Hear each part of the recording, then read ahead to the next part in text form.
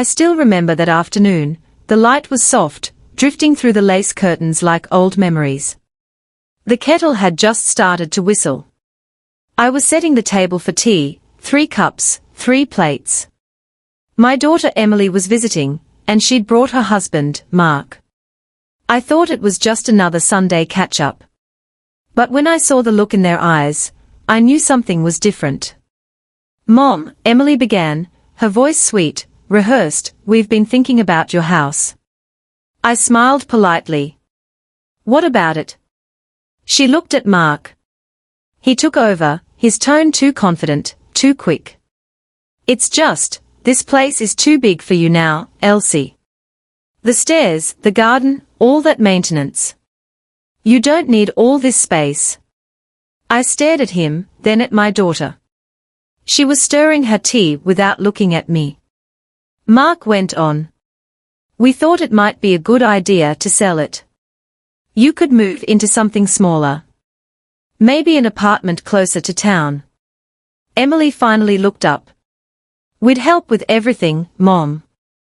And we could use the money to pay off our mortgage. It'd be a win-win." The spoon slipped from my hand and clattered against the table. For a moment, no one spoke. The sound hung in the air like a crack in something fragile. I felt heat rise in my chest, not anger, not yet. Just shock. "This is my home," I said quietly. "Your father and I built it.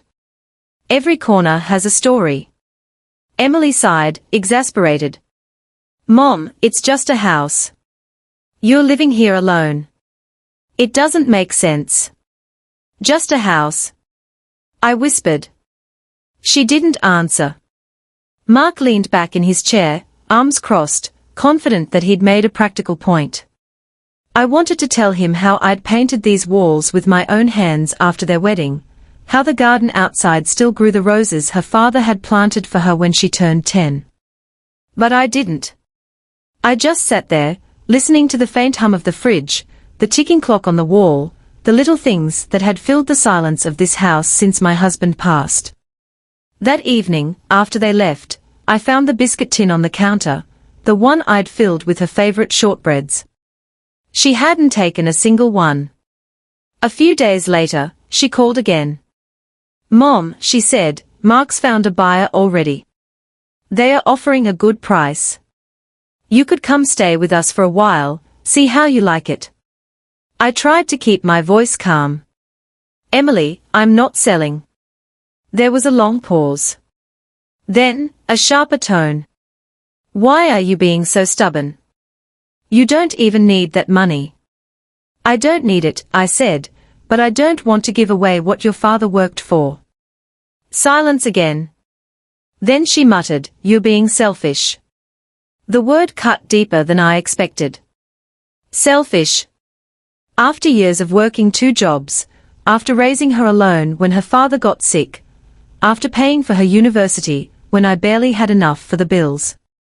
That night, I sat by the window, the street lights flickering through the curtains. I could almost hear my husband's voice, soft, patient, telling me not to take it personally. But how could I not? The girl who once ran to me crying because a friend took her toy, now wanted to take the one thing that made me feel safe. I cried quietly, not for the house, but for the love that had somehow turned into calculation. Weeks passed. Her calls grew shorter, then stopped. Christmas came, no card, no visit. My neighbor, Doris, invited me over, but I told her I was fine. I wasn't. I baked the fruitcake anyway. The smell filled the kitchen, rich and sweet, like memory itself.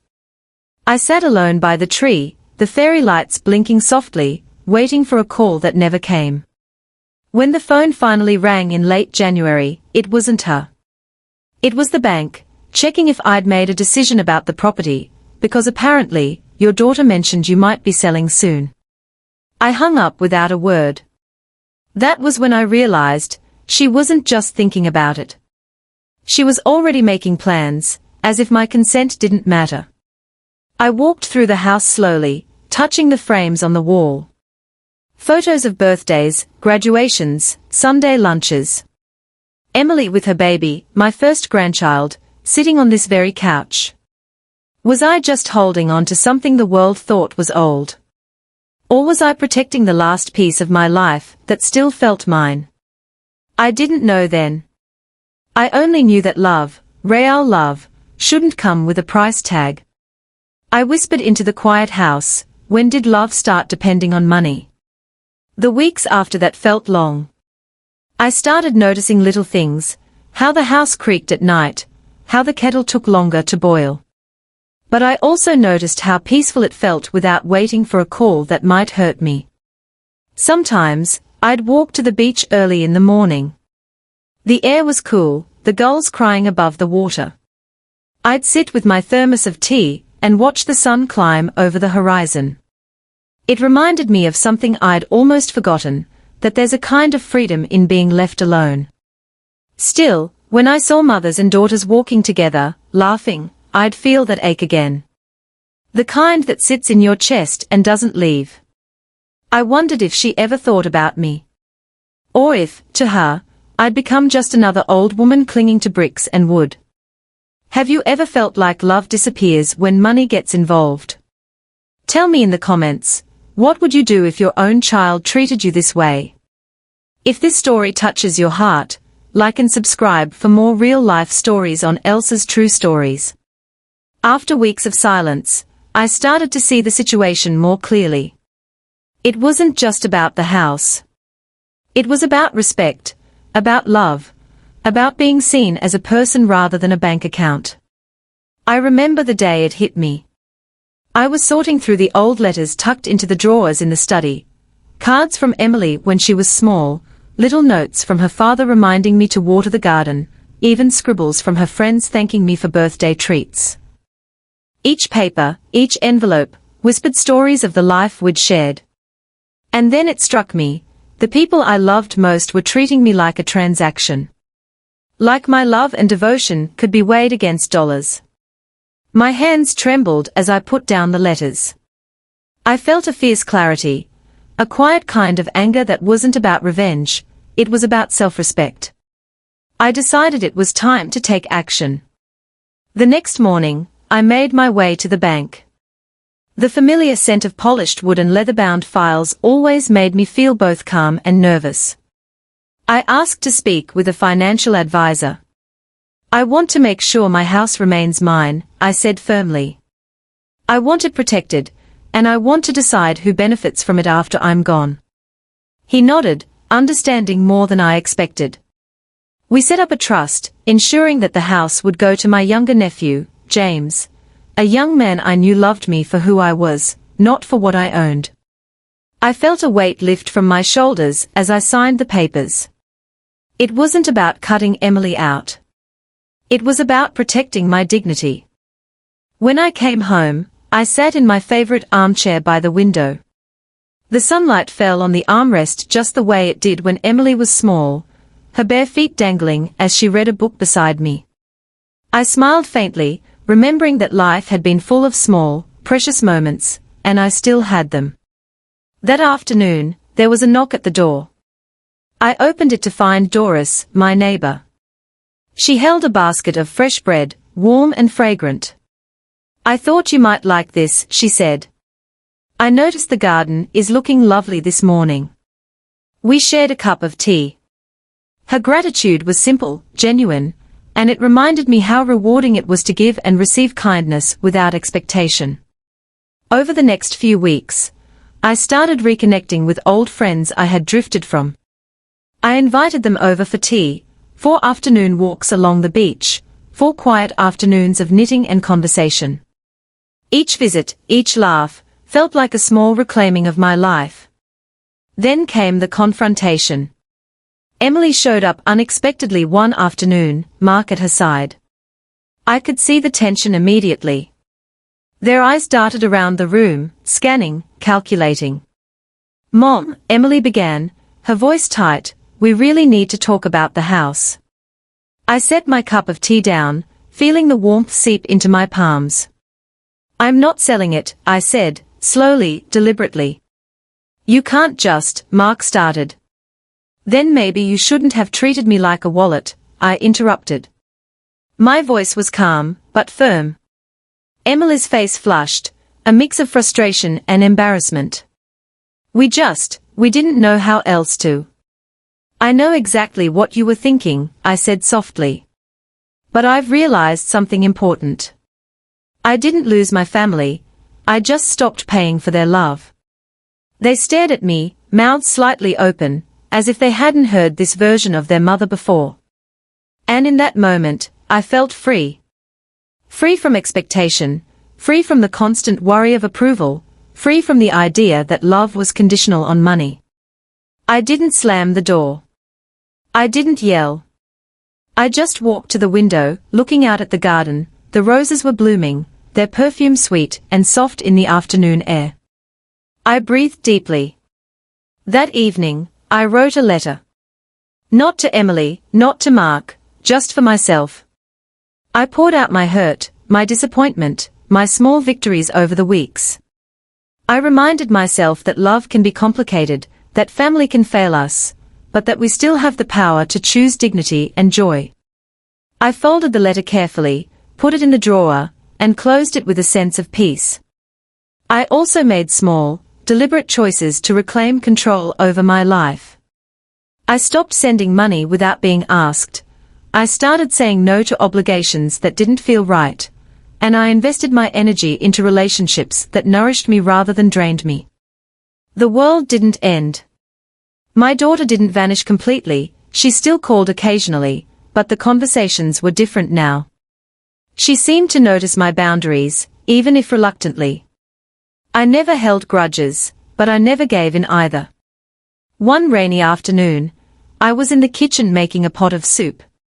The soft tapping of rain on the roof, the smell of onions and herbs, the steam curling in the air, it was comfort I hadn't allowed myself to feel for years.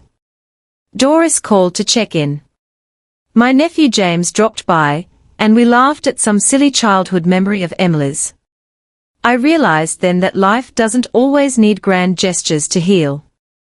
Sometimes it's the small, ordinary acts, a shared cup of tea, a warm loaf of bread, a heartfelt laugh, that remind us of our worth and bring the kind of joy money can't buy. I understood something I hadn't before: you can't make people love you. You can't force respect, or gratitude, or care. But you can choose the company you keep, the boundaries you set, and the kindness you offer to those who matter. And sometimes, the sweetest victory isn't revenge. It's quiet freedom. It's walking through your own home, knowing it's yours, smelling the roses your husband planted, listening to the gulls over the bay, and knowing you are enough, just as you are.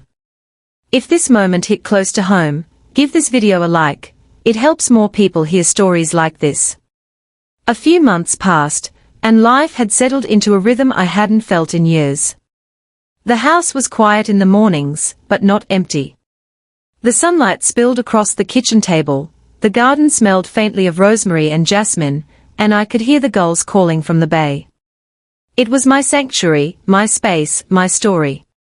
One afternoon, I was in the garden, pulling weeds near the rose bushes, when I heard a small voice. Granny Elsie. I turned and saw little Sophie, my youngest grandchild, toddling toward me. Her blonde curls bounced as she ran. In her hand, she held a tiny plastic watering can, obviously stolen from the shed. "You want to help me water the roses?" I asked, smiling. Her face lit up. "Yes." She ran to my side, and together we sprinkled water over the roses, the sun catching the droplets like tiny diamonds. As I watched her, I realized that sometimes healing doesn't come from words. It comes from moments like this, the small, tender gestures that remind us why we nurture, why we care, and why life is worth living. Later that evening, Emily did come by. She looked nervous, as if she wasn't sure she was welcome. Mark stayed in the car. I invited her in, quietly, without saying much. We sat on the couch, and I handed her a cup of tea. The silence stretched comfortably. I didn't realize, she began softly. I mean, about everything. How much this house meant to you, to us. I nodded, taking a slow sip of tea. Sometimes we learn the hard way, I said gently. But I'm glad you're here now. She looked at me with eyes that held regret, maybe even understanding. Can we start again? I smiled. We can try. But this time, let's be honest. Let's care for each other because we want to, not because of anything else. It wasn't a perfect reconciliation. It didn't need to be. It was a beginning, a small step toward trust, love, and respect. The days continued, filled with ordinary, beautiful moments. Sophie would chase me through the hallway, James would stop by to share a story, and Dora still dropped by with her warm bread and gentle laughter. I started volunteering at a local seniors group, sharing stories, tea, and the lessons I had learned. Each story, each smile, reminded me that life's true riches are not in property or money, they are in human connection. One quiet evening, as I sat by the window, watching the sunset paint the sky in shades of pink and gold, I whispered to myself. Love without respect is just a transaction. I finally learned, money can't buy love, but it can buy freedom. Sometimes, walking away is how you teach love its real worth. And in that moment, I felt whole. Not because my daughter had returned exactly as I wanted, not because the house was mine, but because I had chosen myself. I had chosen dignity, patience, and the beauty of ordinary life. The kettle whistled softly in the background. I poured myself a cup of tea, inhaled the aroma of the roses from the garden, and smiled. Life had taught me a lesson, one of resilience, compassion, and self-worth. And I was ready for whatever came next. If this story touched your heart, please don't forget to like this video, leave a comment, and share it with someone who might need to hear it. And if you want more stories like this, subscribe and turn on the bell. I post new ones every day on Elsie's True Stories.